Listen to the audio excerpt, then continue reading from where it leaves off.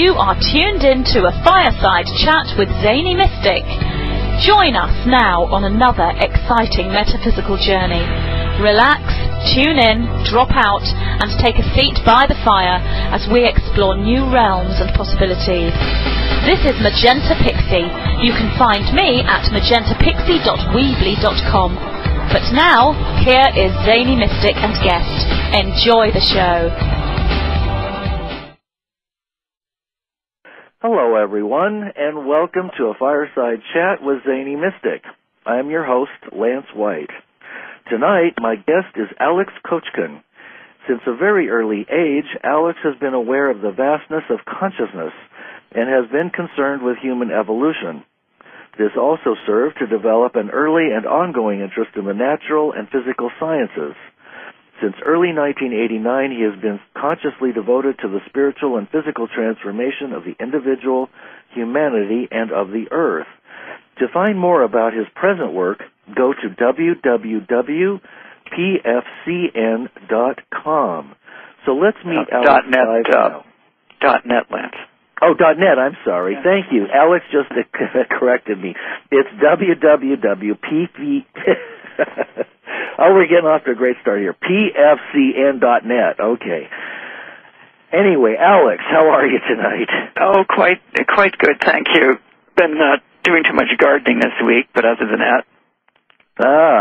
Well, let's just kind of jump into the middle of something here and see where we go from there. What's one of the most important things that's going on the planet right now that we should be thinking about and concerned about?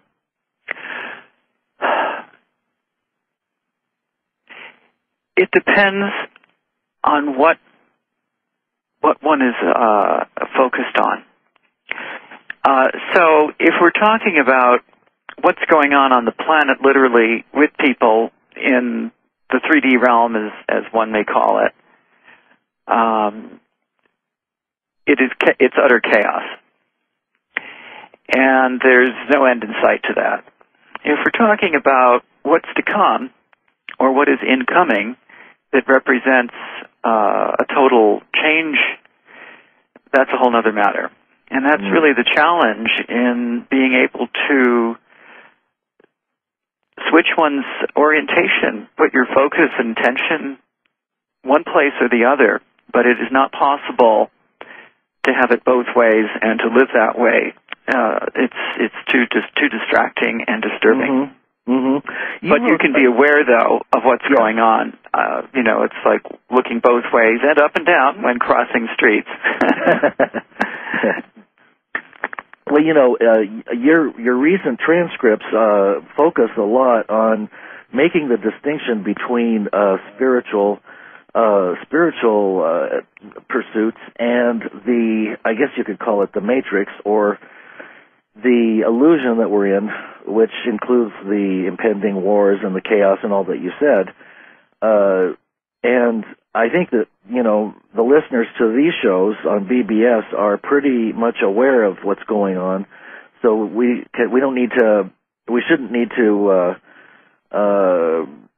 lay too much groundwork. I think that most of the people on the show that are listening to the show are interested in the transformation that's on its way or that's here now, either from some hub of the spoke like the Mayan calendar or various prophecies. A lot of this, as you point out in your writings, have been influenced by the dark controllers, and I'm most interested in learning more about this being a fallen sector and what is beyond the fallen sector, and how do we connect to that, or are we connected, and how do we start stepping out of this, the element of controlled matrix?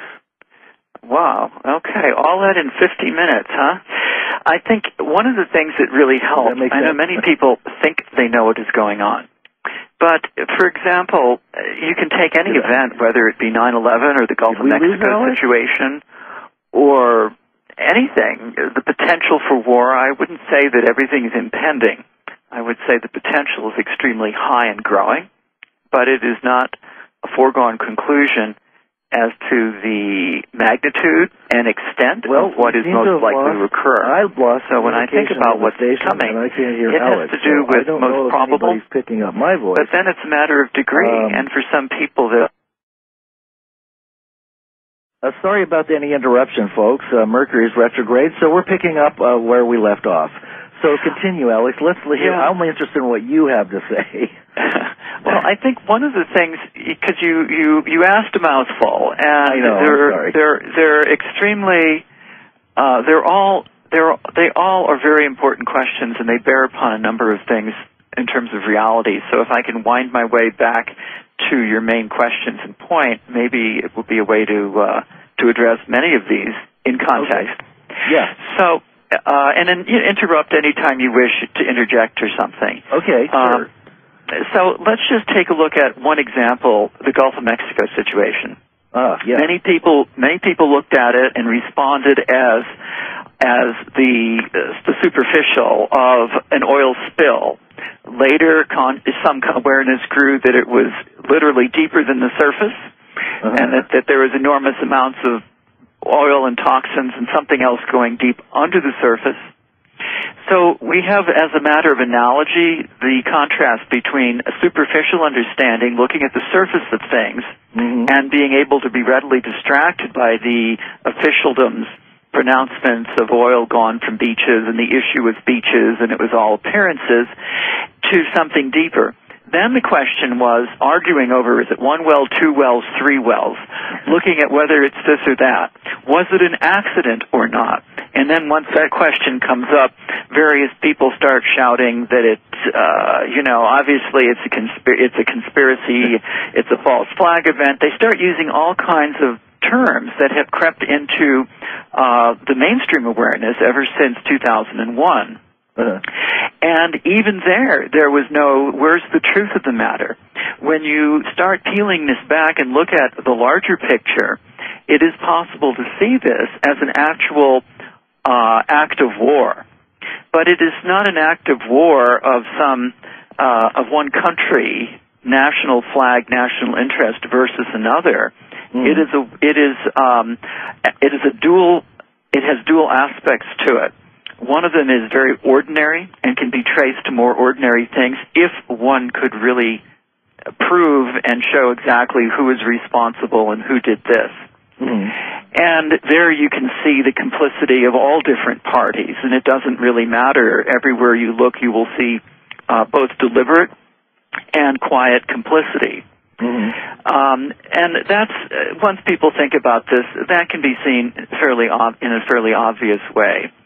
But then confusion arises with many. They think to themselves, just as it was decades ago, well, don't they, meaning corporate owners or officialdom, or as it's now preferred, the controllers or powers that be, even that is confusing to people. Why would they want to set off a thermonuclear bomb? Wouldn't that affect them and their children? Why would they deliberately facilitate a Gulf of Mexico situation that potentially could destroy a major portion of the planet's oceans, etc.? Wouldn't that affect them also, you see? And this is all where there's erroneous thinking. And then the other aspect of it is in the invisibles. People who saw what was happening beforehand even were aware of, we'll just say, various levels of consciousness or entities or what have you that are not physical. They don't have human bodies, but they've played a role on this planet and elsewhere for a very, very long time. And you could call them loosely a wide range or a spectrum of sort of, quote, dark forces, but they're not material ones in the ordinary sense. And this becomes a question, an esoteric question, but it's a very serious one. And very few people have really penetrated this in, recent time. But it's very important because otherwise, if it can't be seen from what I'd call a spiritual context, then all that remains is the ordinary. And then if you are only able to look at it from the ordinary, and if, and this is a huge if, it were possible to even identify who really gave the orders, who actually carried them out, you see, it would not matter one bit. It would not change anything, except to enrage a certain number of people who would probably look for the pitchforks and torches, of course, and then another portion of the population become utterly demoralized. And then, of course, there'd always be the loyalists who'd say, well, you know, it was only an accident, et cetera, et cetera. Right. But none of this is what it is all really about. And as it is with the whole issues around what took place in September of 2001. It is my contention that when you see this from the larger picture, that you can see of two things. Number one, there is no solution from the human level to these most horrendous problems presently. Absolutely none.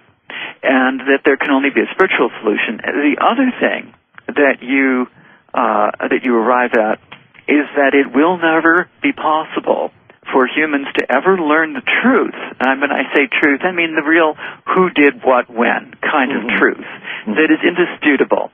No one will ever know that in this realm. It will not be revealed as soon as any serious proximity to those kinds of truths come close to moving beyond the small circles of people who, you know, are fairly substantial now thanks to the Internet. But when it starts moving beyond the small portions of people who are more aware of these things, I mean the deeper issues, then there will be something to distract people.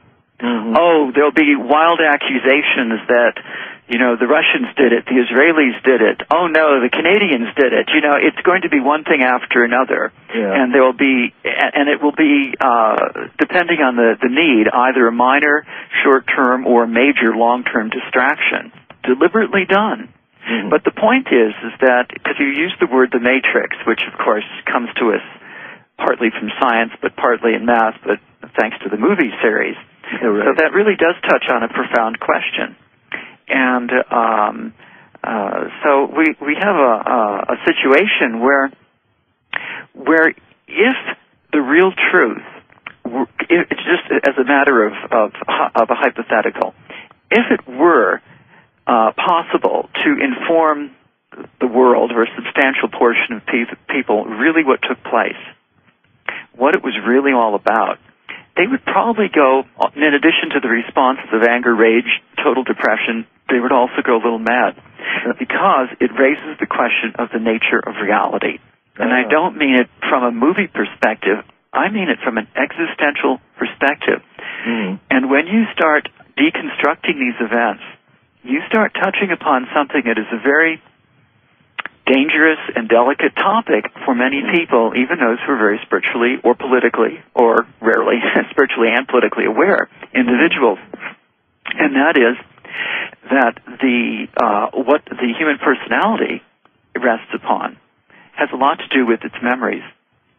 And since and the vast majority of these memories are ones that are shared, they're manipulated, they're essentially, you could categorize them as a type of an implanted memory or falsehoods. Even though you may find, X number of people who'd all agree, yes, such and such events do take place, but everyone has a different perception or a different interpretation, and certainly different reactions to these things. But it's more than that, because it begs the whole question of the nature of this reality, the entire nature of human existence, and the origins of the human species as it presently views itself today. And that raises serious questions as to the nature of who each person is and the nature of reality. And in a social context, it becomes very a very serious situation. Think about World War II, for example, or World War I. Where, I wrote a short article on this recently, that at the turn of the 20th century, that being the early 1900s, there was, due to a variety of reasons, both manipulated by powers that be, but also something that was allowed to take place and reflected a certain, we'll call it,